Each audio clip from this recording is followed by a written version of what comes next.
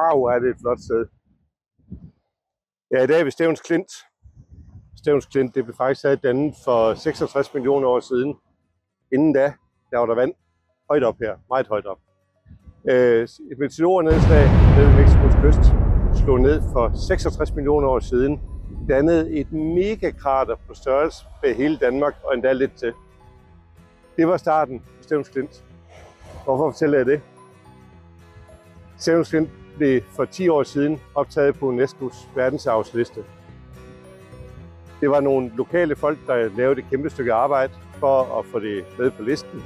Og siden da, der er der blevet lavet et verdenspartnerprogram.